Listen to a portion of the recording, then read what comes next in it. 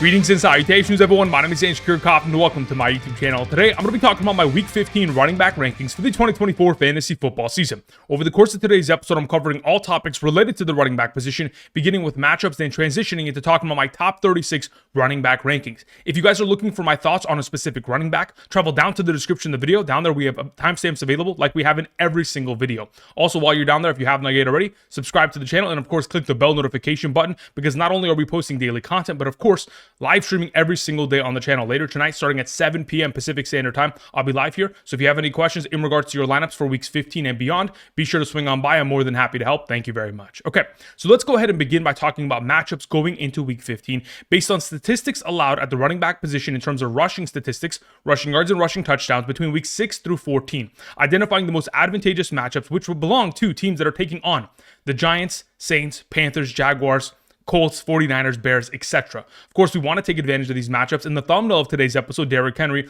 will have an opportunity of taking on the Giants, who cannot stop the run, have most recently lost their best defensive tackle, Dexter Lawrence, and of course will continue to get exposed within that overall category. Either way, just wanted to go ahead and present some of the more advantageous matchups. I'll go into even further detail when I talk about running backs in an individual basis, but just wanted to go ahead and present the overarching most advantageous matchups going into the given week. And then also talk about some of the more disadvantageous matchups. For example, the running backs taking on the Broncos, Eagles, Chiefs, Miami Dolphins, Ravens. Now, it's not impossible to score against these defenses, and a touchdown will certainly help, but in many of these circumstances, taking on the Chiefs, for example, running backs against the Chiefs since week 6 are only averaging 3.4 yards per carry on average. Again, it's not going to be an easy trot.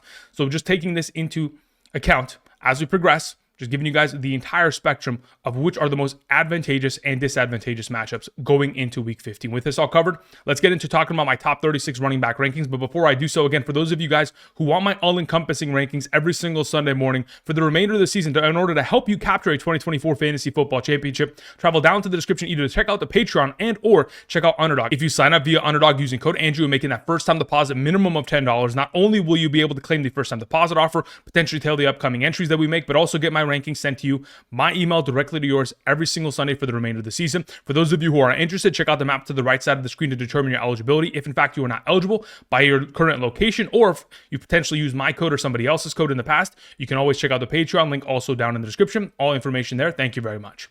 All right, let's begin with our top 36 running back rankings, beginning with our number one. Of course, it's Saquon Barkley, the auto-start number one overall running back. Now, going into this week, Saquon Barkley has the 10th best matchup at the running back position, the Steelers allowing 15.48 fantasy points per game to opposing running backs since week 6 on the ground, a 4.31 yard per carry average to opposing running backs. But again, Saquon Barkley is an automatic start, primarily because thus far this season, there have been 13 different running back performances in a half PPR scoring format that have surpassed 30-plus fantasy points. Saquon has accounted for 5 of those 13 performances. No other running back in the National Football League has 2 performances of the such. Therefore, Saquon Barkley, the most dominant back, has the highest upside amongst all players, retains the number one spot.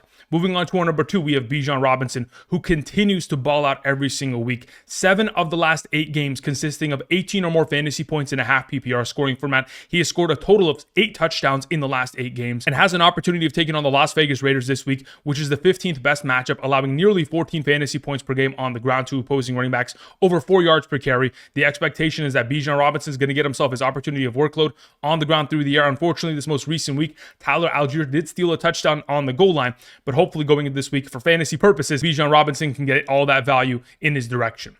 Our number 3, we have Derrick Henry, the thumbnail of today's episode, taking on the New York Giants. Of course, we know that it's the most advantageous matchup at the position, allowing over 20 fantasy points per game and 4.8 yards per carry on average to opposing running backs. But they've also given up 81 and a touchdown to New Orleans, 120 and a touchdown to Dallas, 127 and 3 touchdowns to Tampa Bay, 158 and a touchdown to Carolina. Those are just the most recent performances against the Giants' run-stop defense.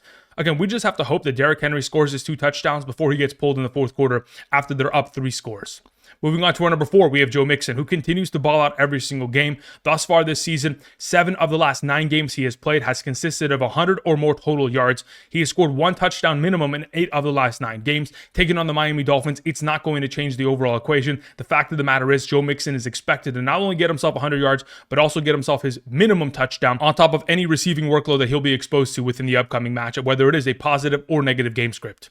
Our number 5 to close out the S tier is Josh Jacobs. Very similar to Joe Mixon. These guys are just been consistent as of late.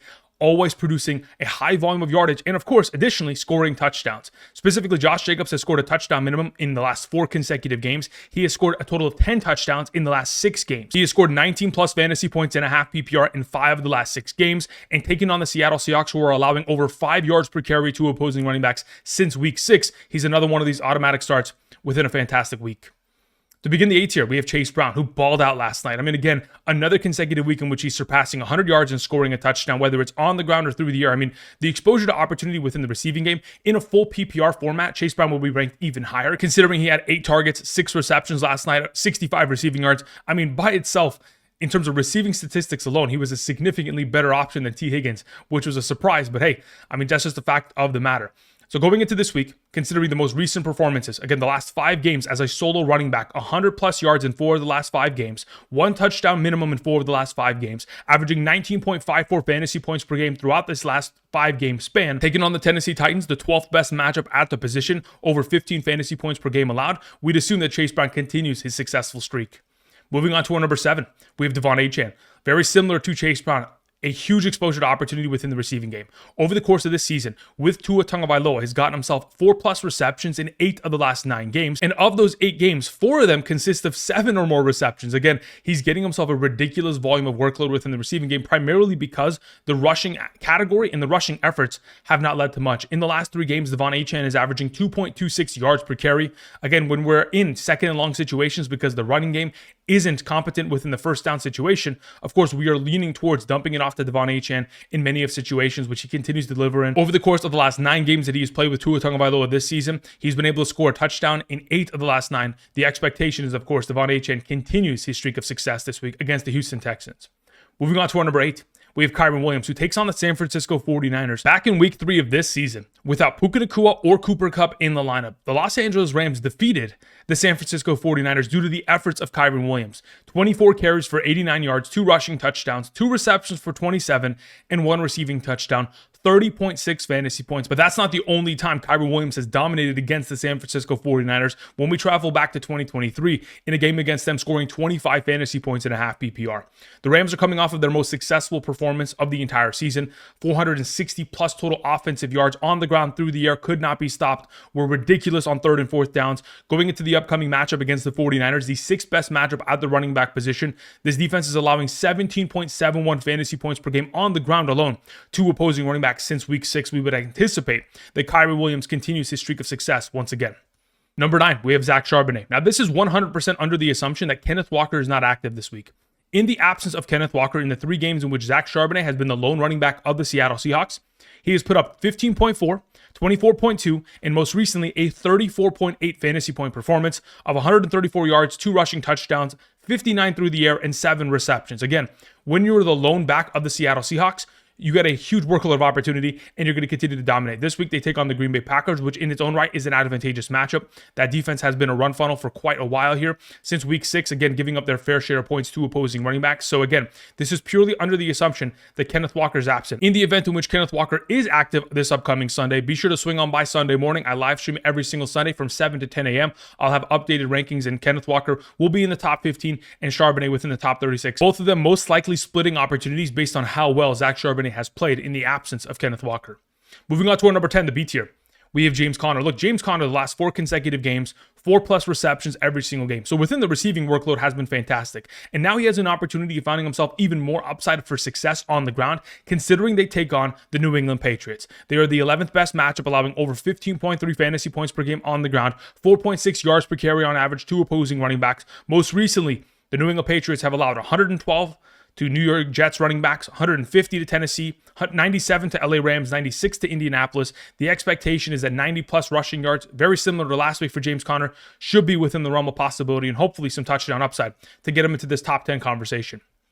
Number 11, we have Rachaad White. Now, the reason why I have Rachaad White here, very similar to Zach Charbonnet being in this top 12 conversation, this is under the assumption that Bucky Irving does not play this week. Again, if Bucky Irving's injury is significant enough to hold him out this week, Rachaad White, with the entire workload of opportunity within his backfield, should be expected to ball out. I mean, he's coming off of a week in which he had 19 total touches, 20 total opportunities within his backfield. Again, in this most recent game, Bucky Irving didn't play very much. Neither did Sean Tucker, both of them playing 7 and 8 snaps.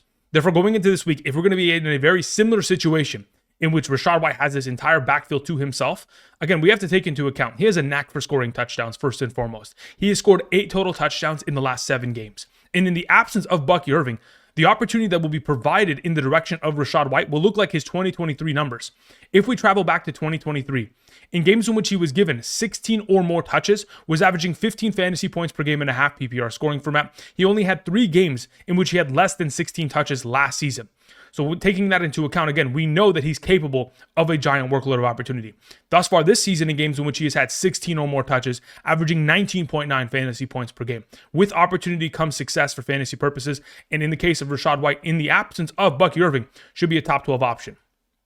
Number 12, we have Chuba Hubbard. Look, Chuba Hubbard with Jonathan Brooks missing isn't going to increase his overall workload that much. I mean, again, he has still been the primary RB1. Perhaps he gets himself more receiving upside than he typically would have gotten if Jonathan Brooks had been healthy and active. But unfortunately, Jonathan Brooks with another season-ending injury for the 2nd consecutive year, it is unfortunate. But going into this week, Chuba Hubbard has an opportunity of taking on the Dallas Cowboys run-stop defense that at times has not been able to stop opposing running backs. For example, we've most recently seen they've given up 104 to a touchdown to Atlanta Falcons running backs, 130 on the ground to Philadelphia, 109 and 3 touchdowns to Houston. The New York Giants has played well on the ground. Of course, yesterday, Chase Brown, even though he wasn't able to find himself a rushing touchdown, within the overall category was quite efficient. So as we approach, the expectation is that Chuba Hubbard will be unleashed given his 20-plus rushing attempts, his receiving workload, and in those opportunities against the Dallas Cowboys, the 9th best matchup, should be able to succeed. Our number 13 is Jahmyr Gibbs. Look, the fact of the matter is, Jahmyr Gibbs has to compete for touches. All these other running backs won't be having to compete. Imagine if Jahmyr Gibbs had this entire backfield of opportunity to himself. He'd easily be in the top 5 conversation every single week, but considering his points are going to be siphoned away at times by David Montgomery's rushing upside and goal line prowess, the fact of the matter is Jahmyr Gibbs taking on the Buffalo Bills, he's still going to succeed. It's just purely going to be a matter of, is he going to find himself in the end zone? Is he going to get as much receiving workload as he saw last week, coming off a performance of 6 targets, 6 catches? Again, that's the most receptions that he has had since week 2 of the 2024 season. Going against the Bills is not a difficult matchup. They're allowing 4.5 yards per carry to opposing running backs, over 13 fantasy points. Kyren Williams dominated against them, so hopefully Jahmyr Gibbs and David Montgomery can do the same. Our number 14 to close out the beats here is Aaron Jones. Look, the fact of the matter is they take on the Chicago Bears. The Bears cannot stop the run. They've given up 173 touchdowns to San Francisco, 175 on the ground to Detroit, 125 and a touchdown to Minnesota. Again, back in week 12, Aaron Jones in that game, 22 carries for 106 and a touchdown, 3 receptions for 23 and 18.4 fantasy points. The Bears are the 7th best matchup, nearly allowing 5 yards per carry on average to opposing running backs. Aaron Jones is an automatic start within the upcoming division matchup. Number 15, we begin with David Montgomery. Look, David Montgomery, in 11 of the last 13 games, has gotten himself over 70 or more total yards. And in those last 13 games, has scored a total of 12 touchdowns. He has been able to surpass 11 fantasy points in a half PPR scoring format in 12 of the last 13 games. He is an automatic 11-plus fantasy points. If he finds himself upside, he could easily be a 20-point scorer. But the fact of the matter is we're anticipating him to be, his 12 to 15-point self, as he typically is over the course of the season. Moving on to our number 16, we have Rico Dowdle, who's coming off of back-to-back games of 110 or more rushing yards, getting himself 19-plus touches in each of the last 3 games. He has fully taken over this backfield and has an opportunity of taking on the Carolina Panthers, who are allowing 5.47 yards per carry, 19.49 fantasy points per game to opposing running backs on the ground, the 3rd best matchup. Again, we have most recently seen running backs from New York Giants, 143 and a touchdown on the ground, Tampa Bay, 228 and a touchdown, and most recently the Philadelphia Eagles running backs combined for 150 rushing yards in their efforts. Rico Dowdle's up next to succeed. Number 17, we have Bijan Robinson Jr. coming off of the bye week, hopefully at a full healthy capacity. Again, his most recent performance that we had saw in week 13 against the Tennessee Titans, they jumped out to a huge lead early. We had only seen Bijan Robinson get a singular touch within the 4th quarter, and that was in the first play of the 4th quarter. Outside of that, it was also Chris Rodriguez Jr. and Jeremy McNichols. So if we're going to be in a situation in which Bijan Robinson Jr. shows up and shows out in the first 3 quarters, fantastic, because they're taking on the New Orleans Saints in the absence of Derek Carr. So this should be a one-sided event, a positive game script in which they are running the ball and granting themselves a massive lead of multi-scores. Taking on the Saints, the 2nd best matchup at the position, I'm anticipating Bijan Robinson to have himself a successful performance, but hopefully he's able to score enough points prior to him getting pulled in the 4th quarter. Number 18, we have Tony Pollard taking on the Cincinnati Bengals. Look, the fact of the matter is Tony Pollard is purely going to be dependent on the game script. If the Cincinnati Bengals take an early lead and Will Levis is not able to follow, unfortunately, Tony Pollard will be left behind. But in this most recent performance, he's coming back to his workhorse level of opportunity. 21 rushing attempts, 2 receptions. Tyjae Spears on the back burners, only getting himself 7 touches in this most recent game. If we're going to be in a situation in which Tony Pollard is exposed to a healthy workload of opportunity similar to the last couple weeks here, of course, anticipate him to continue to deliver, considering the Bengals are allowing 4.14 yards per carry on average and nearly 14 fantasy points per game on the ground alone to opposing running backs, most recently Rico Dowdle running all over them last night. Moving on to our number 19 to begin the D's here. Now, this is the uncertainty here. Look, we already know that Alvin Kamara is a stud running back, and he has proven in the absence of Derek Carr that he could still be fantasy relevant in a full PPR scoring format, but in a half PPR, the last 3 games, weeks 6 through 8, without Derek Carr, 14.9, 5.4, and 15.2. So if he's going to get himself somewhere between that 13 to 15 point range going into the given week, under the assumption that he is given an ample set of opportunity, again, in the 3 games in which he has played without Derek Carr this season, 26 targets, 17 receptions, 93 receiving yards. Again, if we're going to be in a situation in which he's going to get himself those opportunities in specific in a negative game script against the Washington Commanders, again, I would anticipate that he should be a solid play, especially considering the Commanders can't stop the run either, allowing 17.33 fantasy points per game. They're the 8th best matchup. Again, we have seen in 5 of the last 6 games, running backs accumulate over 90 rushing yards against the Washington Commanders. So as long as the Saints can be competitive, Alvin Kamara would be significantly higher, could very easily finish as a top 12 back, but considering the matchup and the game script could be a negative one for the entirety of the overall experience, it's purely going to be a matter of whether or not the quarterback allows Alvin Kamara to get himself the opportunity he needs to be fantasy relevant within the receiving game. Our number 20 is Jonathan Taylor. Now, by the time I get to Sunday, I'll probably increase his overall ranking, but this is the only thing that primarily scares me.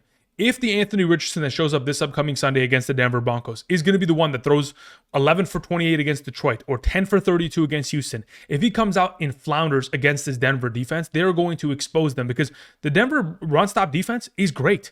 Over the course of the season, since week 6, allowing only 3.61 yards per carry to opposing running backs, and they are quite literally the most difficult matchup at the running back position, only allowing 9.38 fantasy points per game on the ground since week 6.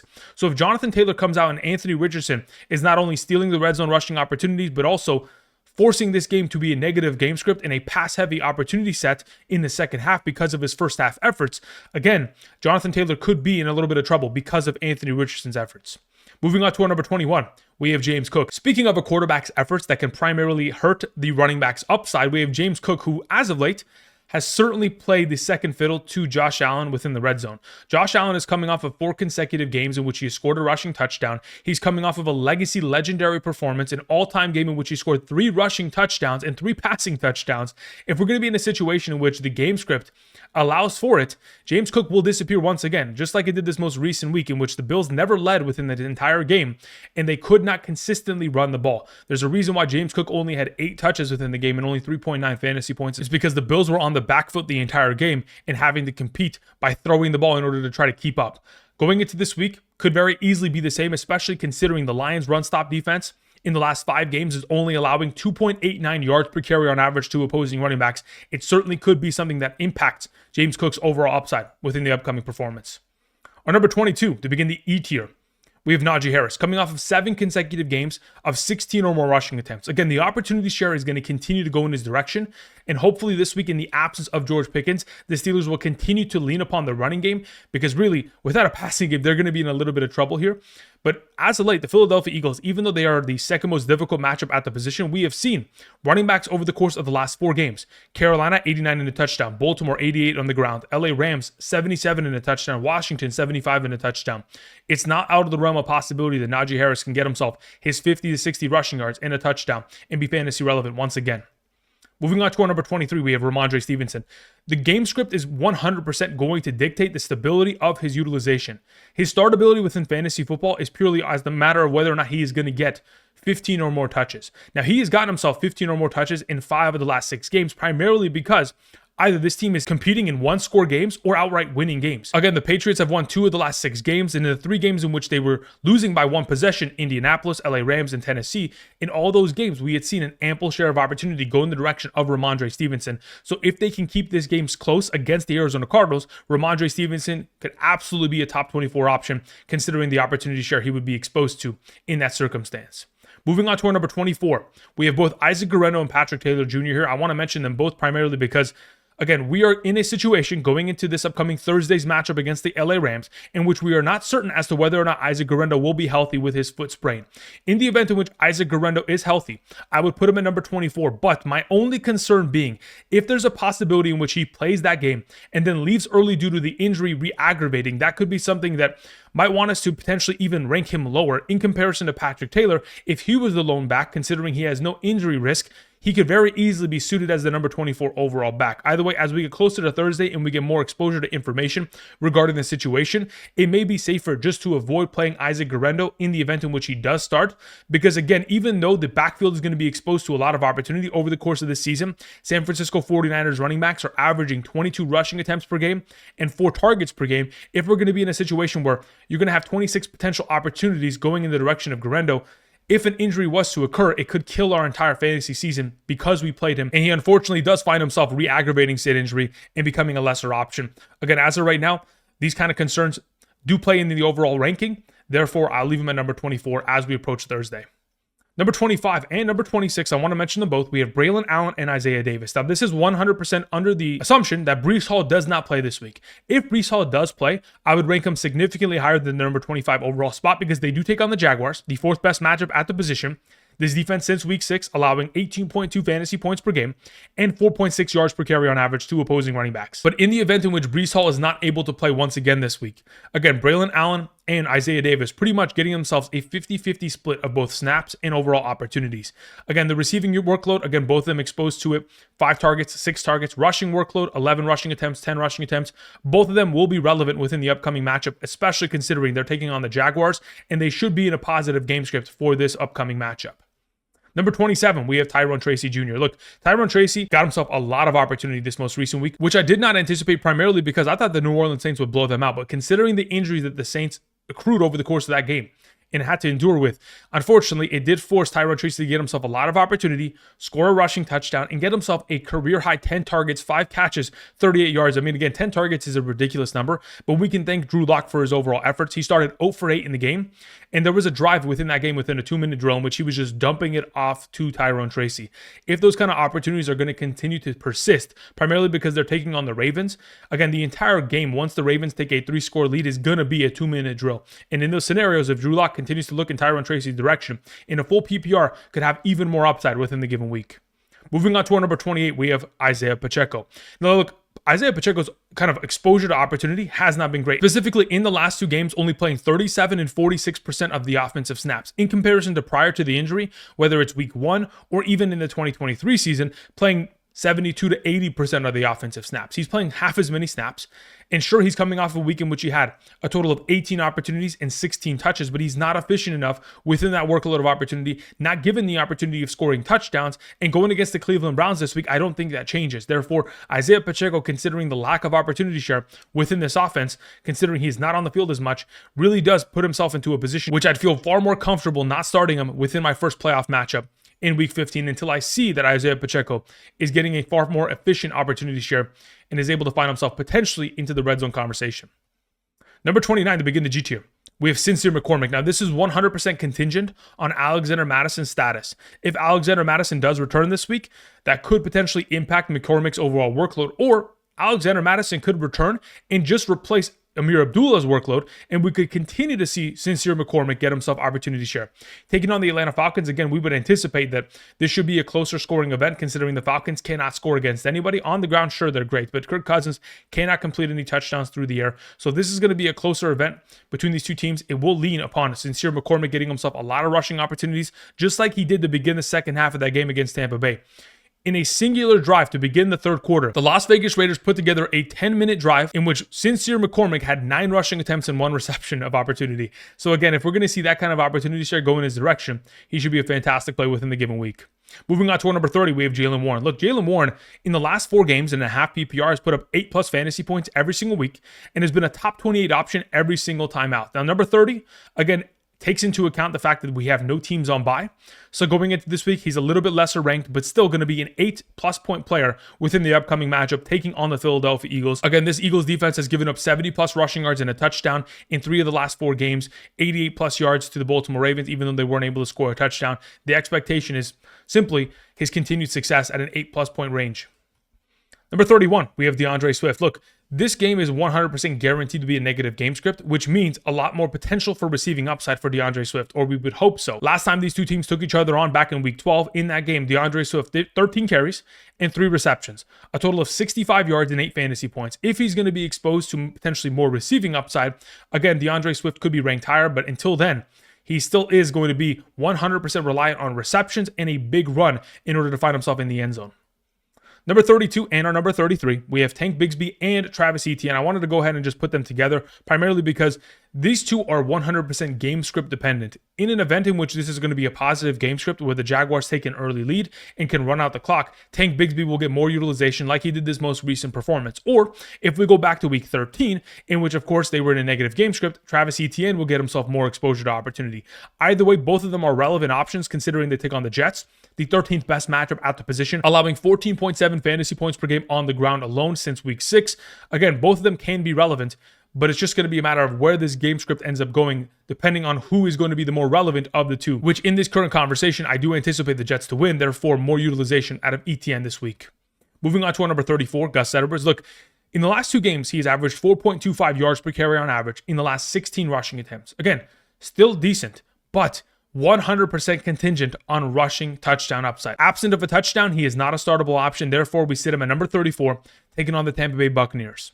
Number 35, we have Sean Tucker. Now, this is under the assumption that Bucky Irving misses. If Bucky Irving was to play, I will move down Rachaad White to probably RB 20, let's say 21, right next to Bucky Irving, because I would anticipate both of them to split the carries down the middle in order to preserve Bucky Irving's health. But in the event in which there is no Bucky Irving this week, Sean Tucker is still a solid option under the assumption that he potentially falls himself into the end zone.